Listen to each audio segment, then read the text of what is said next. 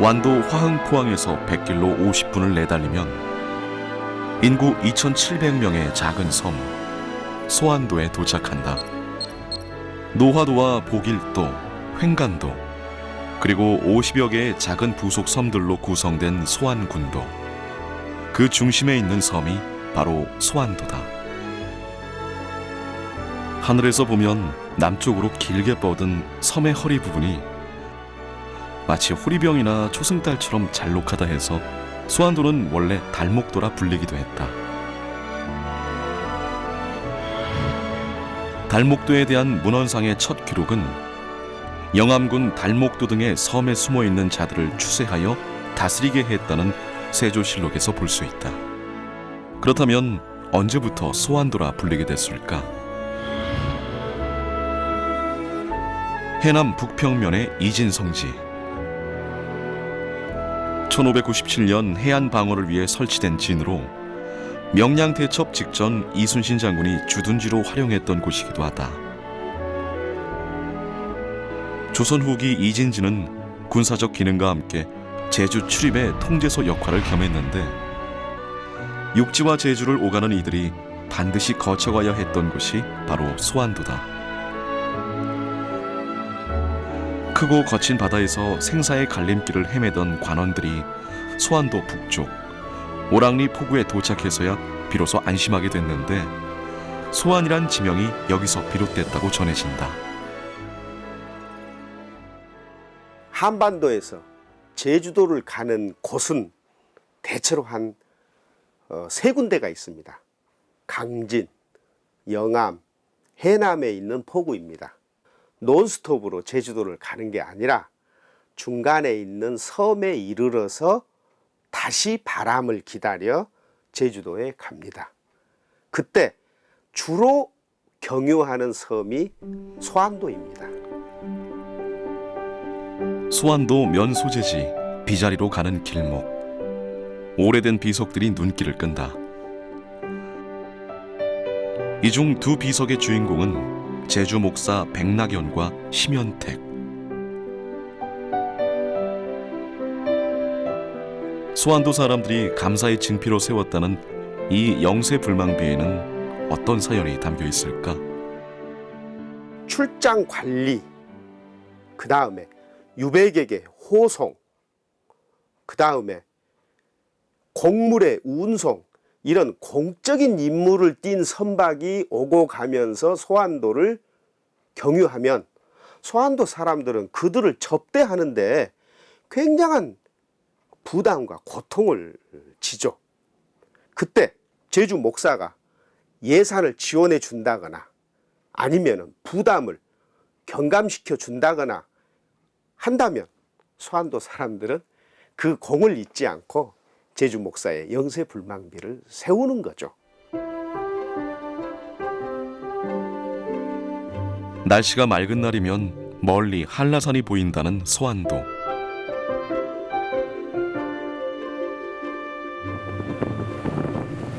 소안도는 조선시대 제주백길의 중요 기착지였던 만큼 이곳 섬 사람들은 상인과 관원, 유배객 등 수많은 외지인을 통해 새로운 문화를 쉽게 접할 수 있었고 자연스레 외부 세계에 일찍 눈을 뜨게 됐다. 바다라는 문화 고속도로를 통해서 외부의 선진 문물을 그 어느 지역보다 빨리 받아들일 수 있었죠. 근대 기선 도입 이후 우리나라 인천에서 일본 오사카를 오가는 여객선도 가끔 풍랑을 만나면 소안도에 정박했다는 그런 기사가 있습니다. 그런 점이 소안도 사람들로 하여금 시대를 앞서서 남보다 더 많은 고민을 하게 하지 않았을까. 일제의 식민 지배로 온 나라가 고통받은 암흑기. 외딴 섬 소안도에는 어느 곳보다 뜨거운 항일 구국의 횃불이 타올랐다.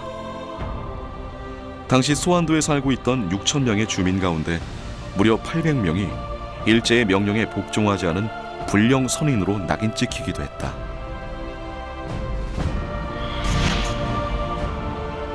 함경도 북청, 부산 동래와 함께 우리나라 항일 독립운동의 3대 성지로 꼽히는 소환도.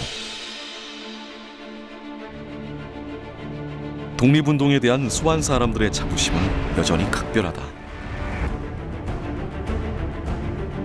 3년 전부터는 국경일이 아닌 날에도 365일 집집마다 태극기를 개양해 선열들의 항일 독립 정신을 기리고 있다.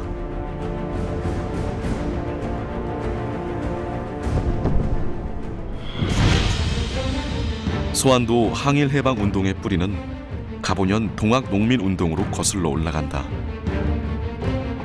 1894년 동학 혁명이 일어나자 동학 접주 나성대가 섬에 들어와 군사 훈련을 시켰고, 이때 동학군에 합류한 소환도 출신 이준화, 이순보, 이강락 등은 훗날 소환 항일 운동의 시발점이 된 1909년 당사도 등대 습격 사건의 주역이 된다.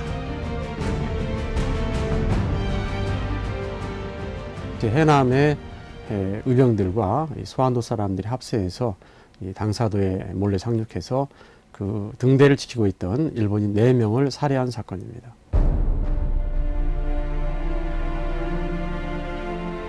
소환도 남쪽의 작은 섬, 당사도. 지금도 이 섬에는 1909년 1월 일제에 의해 처음 불을 밝힌 당사도 등대가 세워져 있다. 당시 러일 전쟁에서 승리하며 동아시아의 제해권을 장악한 일본은 주로 선박을 이용해 쌀과 같은 조선의 물자를 수탈했는데,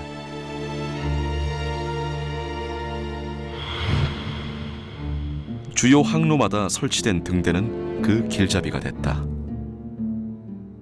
뿐만 아니라 당시 완도 주변에는, 특히 청산도 주변에는 아주 좋은 어장이 형성되어서 일본의 어선들이 대거 몰려왔습니다. 그래서 당시에 이 등대가 그런 일본의 경제적 침략의 하나의 상징으로 당시 완도 사람들에게는 받아들여지고 있었던 것입니다. 현재에도 김과 전복 등 수산자원의 보고인 소환도. 사실 일본의 한반도 침략이 본격화되기 이전인 19세기 중반부터 이미 소환 사람들은 우리 수산자원에 대한 일본인들의 무분별한 침탈로 큰 고통을 겪고 있었다. 일본인들이 1850년 전부터 그 출가업인을 해가지고 소환도에 전복, 해삼, 미역, 우묵가사리를 불법 채취해 가는데, 우리 그 면민들이 1874년도에 일본인들이 그 불법 채취한 것을 못하게 싸워서 군대를 주둔시켜 주라 해가지고 별량진이 설치를 했고, 소환도는 본래 나라에서 관리하던 무기 제조용 목재 보급지였고, 그 땅은 왕실에 세금을 내던 국납전이었다. 그런데 일제가 토지 소유권의 확립과 지세 부과라는 명목으로 토지 조사 사업을 실시하면서 소환도 토지의 소유권이 왕실의 종친이자 친일파인 이기용에게 넘어갔고, 하루아침에 소장농의 신세가 돼버린 소환도 농민들은 크게 분노하게 된다. 중간부에서는 당시 왕실의 토지를 그 조사해서 국유화하는 그런 사업을 진행하고 있었습니다.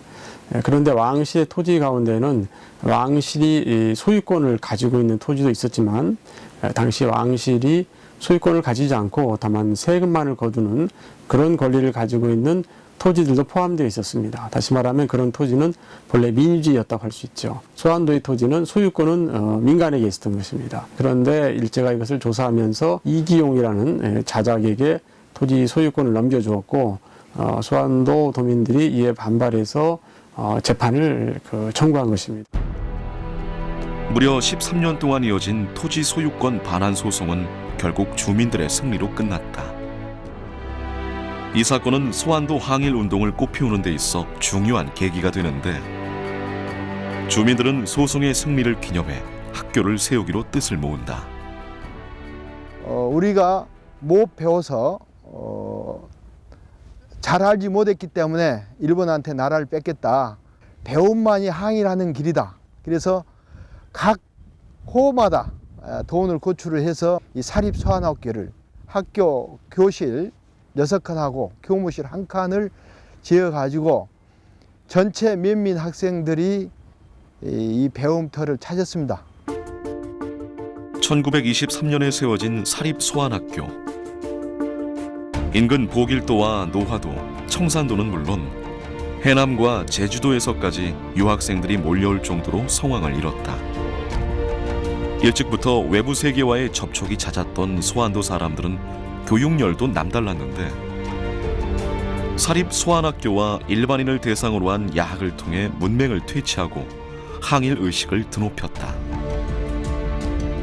학생들과 주민들은 명심보감과 같은 고전은 물론 일본에 대항하는 내용이 담긴 임진록 등의 고전소설, 애국가, 옥중가 등 당시 금지된 노래들을 배우기도 했다. 이 소환학교에 이제 그 아주 훌륭한 교사들을 초청을 해서 학생들을 가르치도록 했는데요. 이 교사들은 당시에 서울에 예를 들면 조선일보의 뭐 지방부장을 지낸 분이라든가 또 만주까지 가서 이제 교육에 종사하고 돌아오신 분이라든가 이런 굉장히 경험이 많은 그런 훌륭한 교사들이었습니다. 그리고 이들이 소환도에 와서 학생들에게 민족의식을, 항일 민족의식을 불어 넣어줬는데 심지어는 뭐 독립군가를 가르친다든가 혁명가를 가르친다든가 이렇게 했기 때문에 소환도 사립학교는 거의 그 항일 운동가를 양성하는 그런 학교였다고 볼 수 있습니다. 외딴섬 소환도에 항일 운동의 씨앗이 뿌리 내릴 수 있었던 것은 사립소환학교라는 텃밭이 있었기에 가능했다. 학교를 통해 항일 운동에 필요한 인재들을 길러냈고 주민들 역시 학교를 중심으로 하나가 됐다. 소환도 사람들은 일제가 세운 공립학교는 외면한 채 사립소환학교로 모여들었다.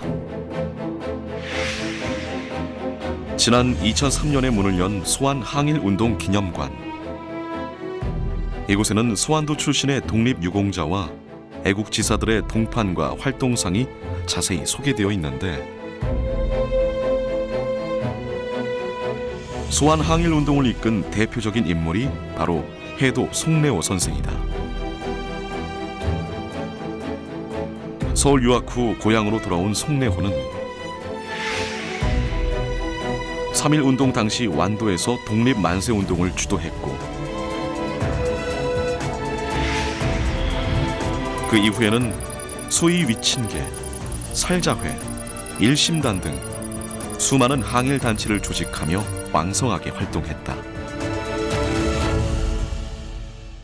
10년대에 서울에서 활동하면서 여러 그 항일운동가들과 인적인 그런 관계를 가졌고 전국적으로 만들어진 신간회의 상무 간사를 맡을 정도로 서울에서도 그 대단히 비중이 큰 그런 인물이었다고 할 수 있고 따라서 소환도에서 송래호가 가지는 영향력은 아주 거의 절대적이었다라고 그렇게 볼 수 있습니다. 송래호 선생의 지도 아래 결성된 소환노농연합대성회. 미신이나 구습을 타파하는 활동을 하며 세상의 주목을 받았는데 1924년 9월 일본 경찰의 입회를 거부했다는 이유로 간부 13명이 구속되는 이른바 소환노농대성회 사건이 일어난다. 이 사건을 계기로 수많은 소환 사람들이 감옥을 마치 제 집 드나들 듯 했다고 전해진다.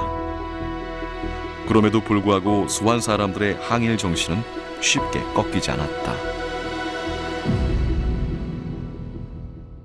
그런 경우에 소환도의 그 주민들은 그 감옥에 간 사람들을 생각해서 겨울에도 방에 불을 떼지 않고 잤다고 합니다. 이것은 소환도 사람들의 그런 그 감옥에 간 사람들의 연대의식, 또 공동체의식 이런 것들을 보여준다고 할 수 있습니다. 송래호의 동생인 송기호 역시 광주 농업학교 재학 시절 3.1 만세운동 시위를 주도하며 항일운동에 매진했다. 이후에는 고향으로 내려가 형과 함께 학생들을 가르치고 노동운동에도 힘썼던 송기호. 하지만 여러 차례의 옥구로 인한 지병으로 인해 29살의 젊은 나이에 숨을 거뒀다.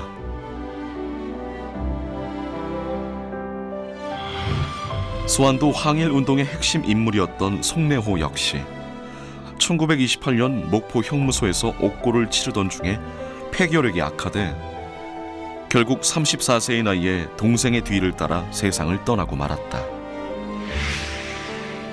고향 땅 소환도 비자리, 선영에 나란히 자리한 형제의 무덤. 특히 송내호는 죽는 순간까지 피 끓는 유언을 남겼다.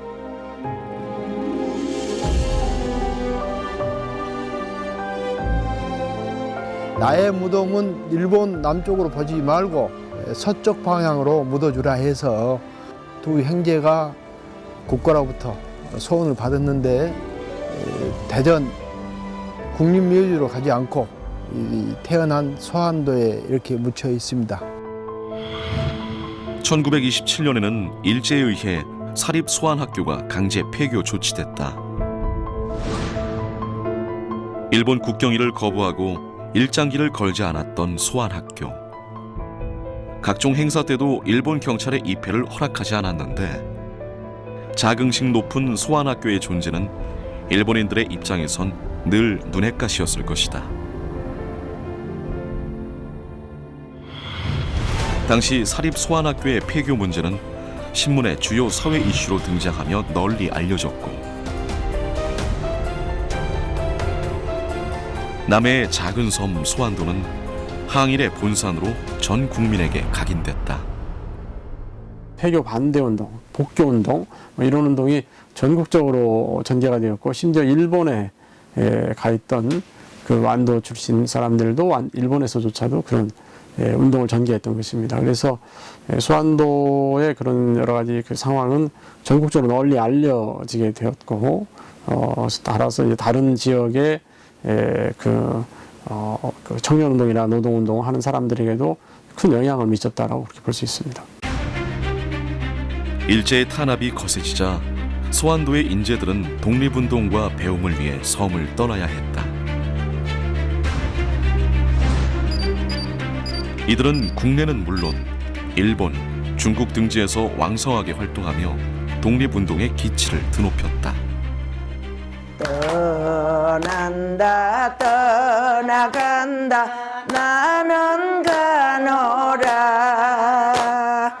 세월의 꽃덩물을 남겨두고서 삼초에 맺은 마음 깊고 깊건만 네 분을 못 잊어서 나는 가노라. 정든 고향을 떠나는 독립운동가들의 절절한 심정이 담긴 이별가. 물론 당시에는 마음껏 부를 수 없는 노래였다.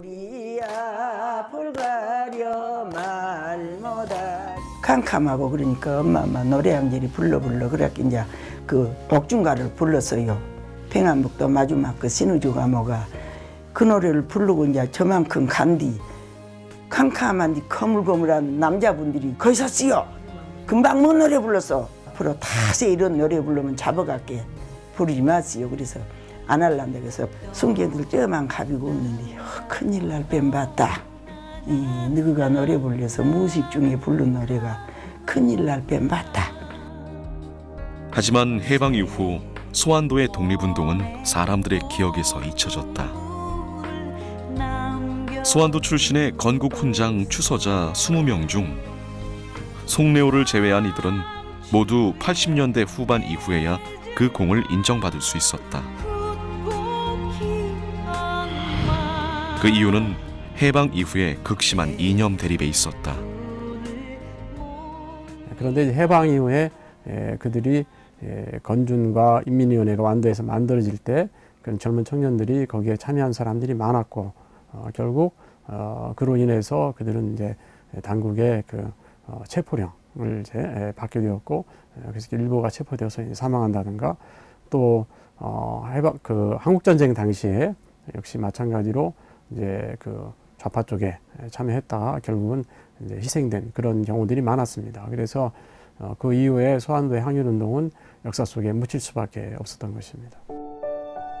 연자제의 굴레 속에서 오히려 독립운동가의 후손들은 숨을 죽이며 살아야 했고 극심한 생활고에 시달리기도 했다.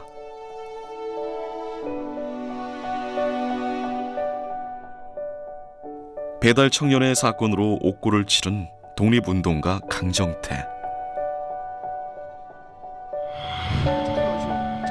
그의 며느리인 박진금 씨가 현재 생존해 있다. 19살의 시집와 5년 만에 남편을 잃은 박진금 할머니. 시아버지인 강정태 선생이 1990년 독립유공자로 서운되기 전까지 가족의 생활은 고난의 연속이었다.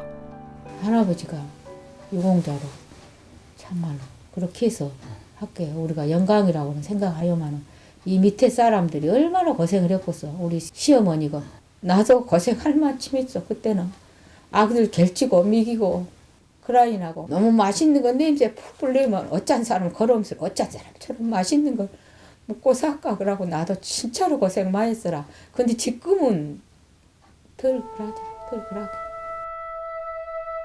사립 소환학교의 기억 또한 한동안 금기시되었고 할아버지들의 교과서는 집안 깊숙한 곳에 숨겨졌다. 제가 직접적인 피해 보거나 그런 없지만은 아버님네는 그런 봤었던 모양이죠. 그런 어떤 직접적이든 간접적이든. 그래서 엄청 함고 살았다는, 이 소환 사립학교를 다녔다는 자체를 조금 낮추면서 숨기면서 살았다는 것은 그것은 제가 지금도 많이 느껴요. 그것은 민주화 이후인 1990년 섬의 중심인 비자리에 세워진 항일운동 기념탑. 소환도 사람들이 선조들의 치열했던 독립운동을 기념하기 위해 십시일반 성금을 모아 만든 것이다. 기념탑의 검은 돌은 일제 탄압을, 하얀 돌은 백의 민족을 상징한다. 지난 2005년에는 소환 사람들이 그토록 갈망했던 소환학교도 복원됐다. 그 주위로 소환 항일운동 기념관과 기념탑도 함께 건립됐는데 소환도 주민들이 소환도의 역사에 얼마나 큰 애착과 자긍심을 가지고 있는지 알 수 있는 대목이다. 집집마다 내건 태극기가 365일 펄럭이는 소환도. 지금도 섬 사람들은 항일 정신이 담긴 옛 노래들을 기억하고 있다. 천지정기 물음섬 대름 남아야 마음속에 칼을 간김에 돼 있던 거, 우리 손에 뽐내는 문물칼을 동포들의 혈관을 새로 뜬다. 대붕새의 날개로 철학 만들고 낮밥으로 빌어서 요래를 삼아. 코올리게 시절에 배운 노래를 70년의 세월이 지난 지금도 생생하게 기억하고 있는 어머님들. 소환 사람들에게 독립과 해방이란 말이 얼마나 보편화되었는지를 어렵지 않게 짐작할 수 있다. 남해의 끝자락, 아주 작은 섬 소환도. 하지만 일제 치하의 암흑기에도 이곳에는 민족혼이 끊임없이 살아 꿈틀거렸다. 20명의 독립유공자를 포함해 독립운동가 89명을 배출한 소환도. 365일 태극기가 휘날리는 항일의 섬 소환도는 우리나라 독립운동 역사의 살아있는 현장이자 남도의 보물이다.